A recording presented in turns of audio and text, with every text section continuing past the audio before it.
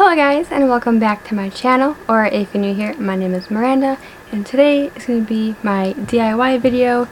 In my last video, my haul video, I had asked you guys if you still wanted to see the DIY video that I had filmed way back when, and you guys wanted to see it.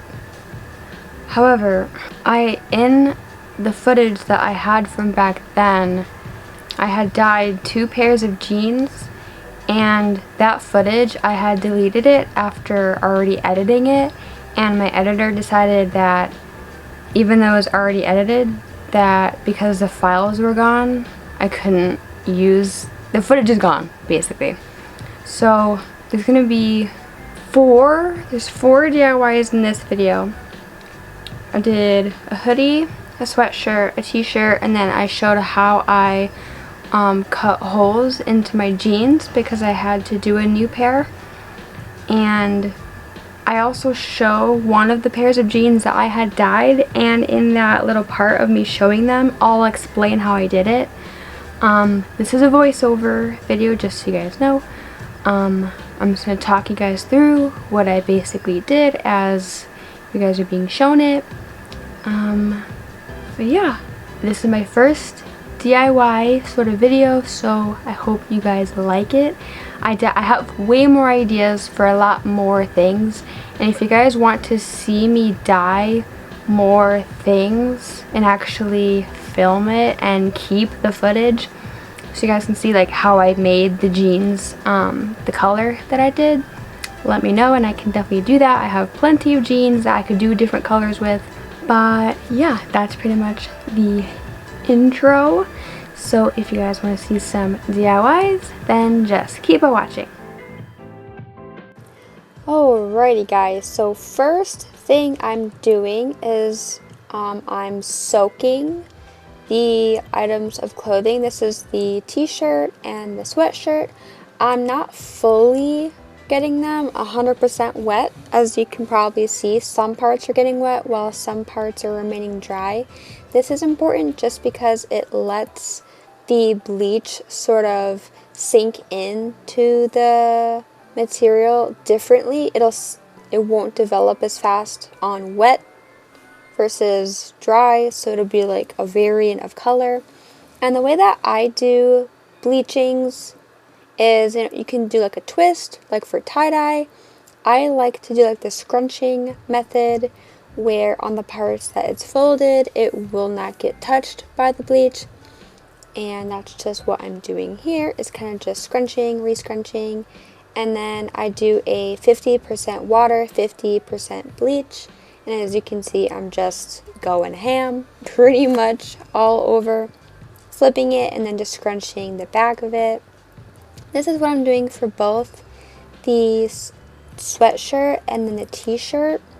So, you know, just scrunching along and just pretty much going ham.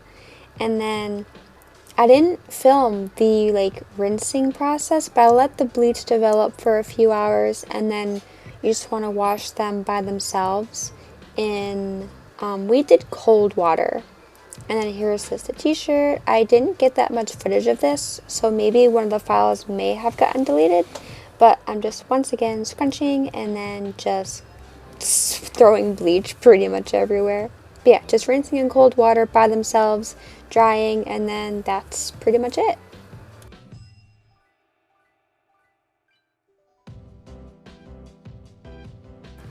Alright, so next is the hoodie, and I wasn't sure how this was going to turn out.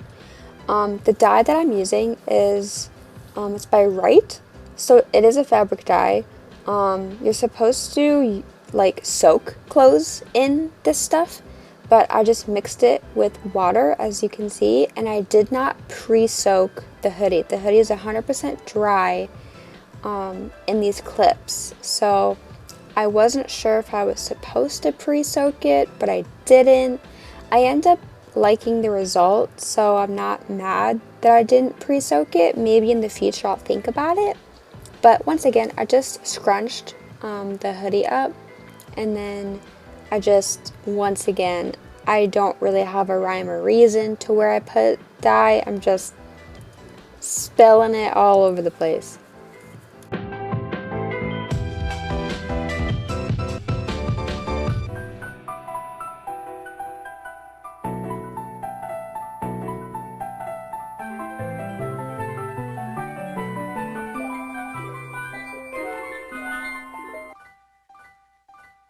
Then, as you can see, I unscrunched the hoodie. I kind of looked at it to see what parts of it weren't getting dye on them at all, because I'm very particular. I don't want really big gaps of where there's no dye, because I feel like it looks pretty unnatural. Not that this is natural by any means, but you know what I mean. And the same thing goes with the bleach. If you notice that it's not developing the way that you'd like it to right away, or you know what, if you end up doing this and you don't like how it is the first time, go back in and add more. Whether it's bleach, whether it's dye. If you feel like it's too bare in some areas after you finish like rinsing and everything, go ahead, do it again. There's no rules as far as I know. I just kind of do whatever I want, but I put a lot of dye down, and even though I use black, the end result, you guys will see, it ended up not really being black. It ended up just kind of being like the bright red with like a darker maroon-ish kind of color. I'm curious if I would have pre-soaked it, if the color would have turned out different, but I'm not too sure. Like I said, this dye is, you're supposed to soak the fabric, but I didn't want to dye the whole thing, as you can see, so,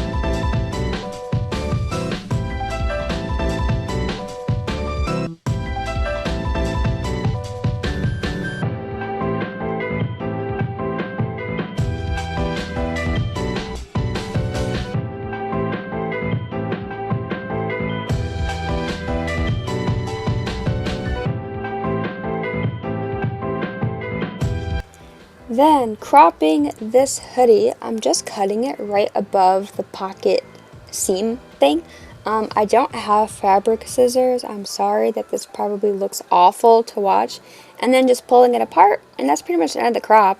You guys will see it on when I'm done with all the DIYs. So moving on to the jeans, I put on the jeans first and then draw a line where the middle of my knee is, and now just pretty much just scratch at the jean and then just pull it apart. Jeans rip super duper easily once you have a hole, and they go straight across to both sides, and that's just what I'm doing. Put a book underneath the jean just so you don't cut a hole through the whole thing.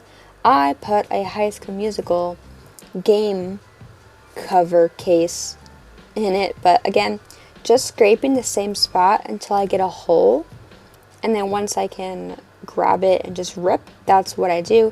The jeans, you typically won't see the full result until after you wash and put them in the dryer, because once they go into the dryer, all those loose, the raw hem will not look so crazy, and it'll, be a little bit better of a look, in my opinion. And then what I was doing here is I put them back on and then was kind of just cutting a larger hole in them. These particular jeans were a lot more stretchy than the jeans that I had previously had. Also, I'm sorry that my hair was in the way. Totally was not looking while I was filming this portion, but just, cutting it. Again, once you put them in the dryer, they won't look so jagged. All the loose threads will end up coming through, and then it'll look a lot more like intentional rather than just an accident. I don't know.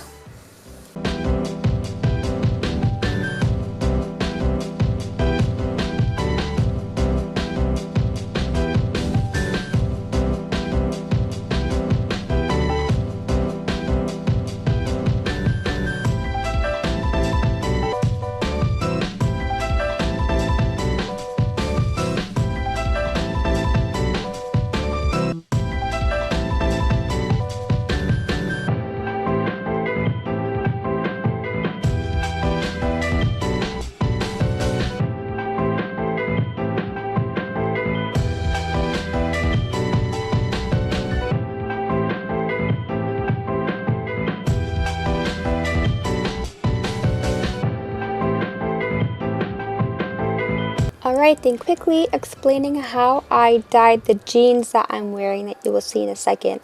I got some hot water, put the dye in the water, and then these jeans were blue when I started. And then I just let them soak in the red for a few hours, let them, sit by themselves, and then I washed them on cold. You can still see blue spots, but I really like how they turned out, and they're super cool.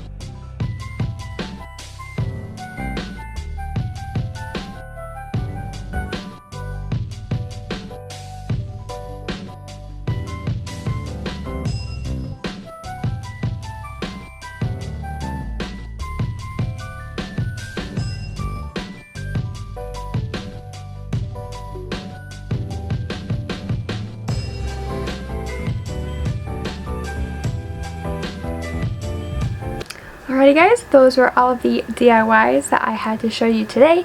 If you want to see some more stuff or just as I'm doing things, how I do them, let me know and I can definitely start filming as I continue to do other DIYs and stuff like that. Which DIY was your favorite, or if you want me to try a specific if you want me to try a specific type of DIY, let me know and I'll definitely look into it. Thank you so much for watching. I love you guys lots, and I'll see you in the next one. Bye!